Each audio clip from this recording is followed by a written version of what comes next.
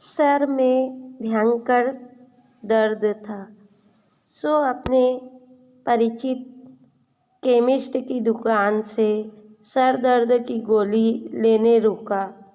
दुकान पर नौकर था, उसने मुझे गोली का पत्ता दिया तो मैंने उनसे पूछा, गोयल साहब कहाँ गए हैं?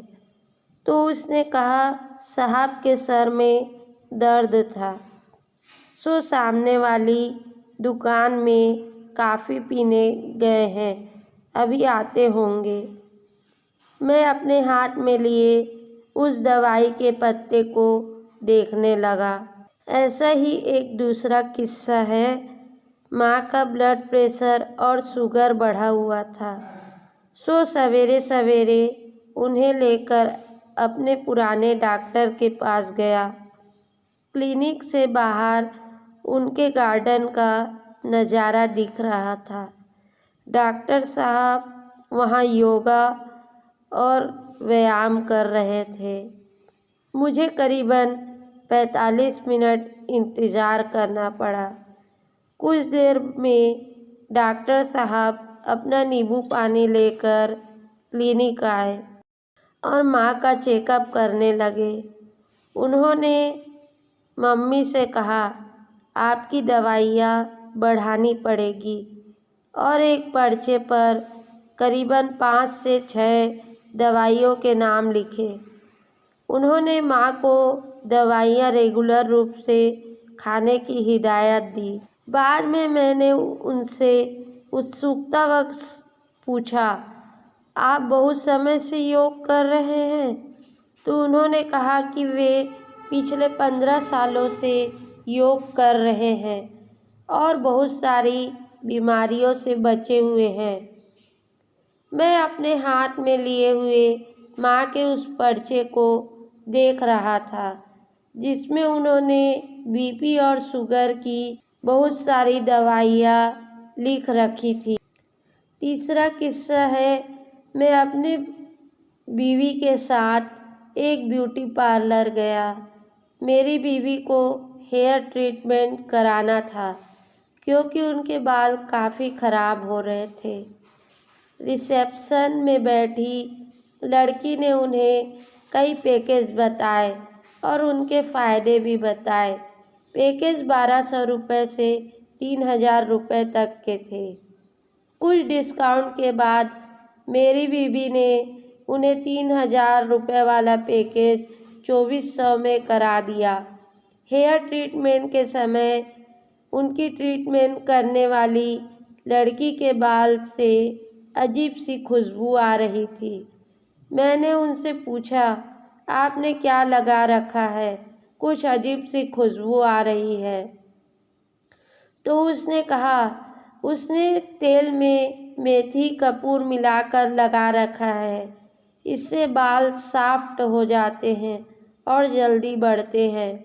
मैं अपनी बीवी की शक्ल देख रहा था, जो 2400 रुपये में अपने बाल अच्छे कराने आई थी। मेरी एक रईस कज़न, जिनका बड़ा सा डेयरी फार्म है, उनके फार्म पर गया।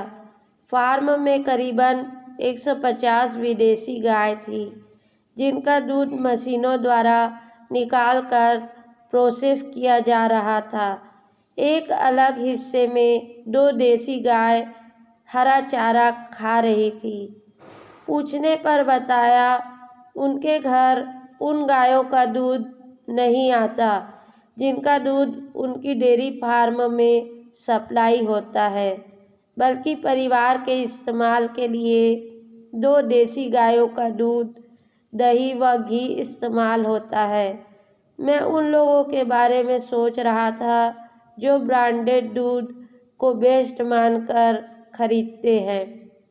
ऐसा ही एक किस्सा, एक प्रसिद्ध रेस्टोरेंट जो कि अपने विशिष्ट थाली और शुद्ध खाने के लिए प्रसिद्ध है।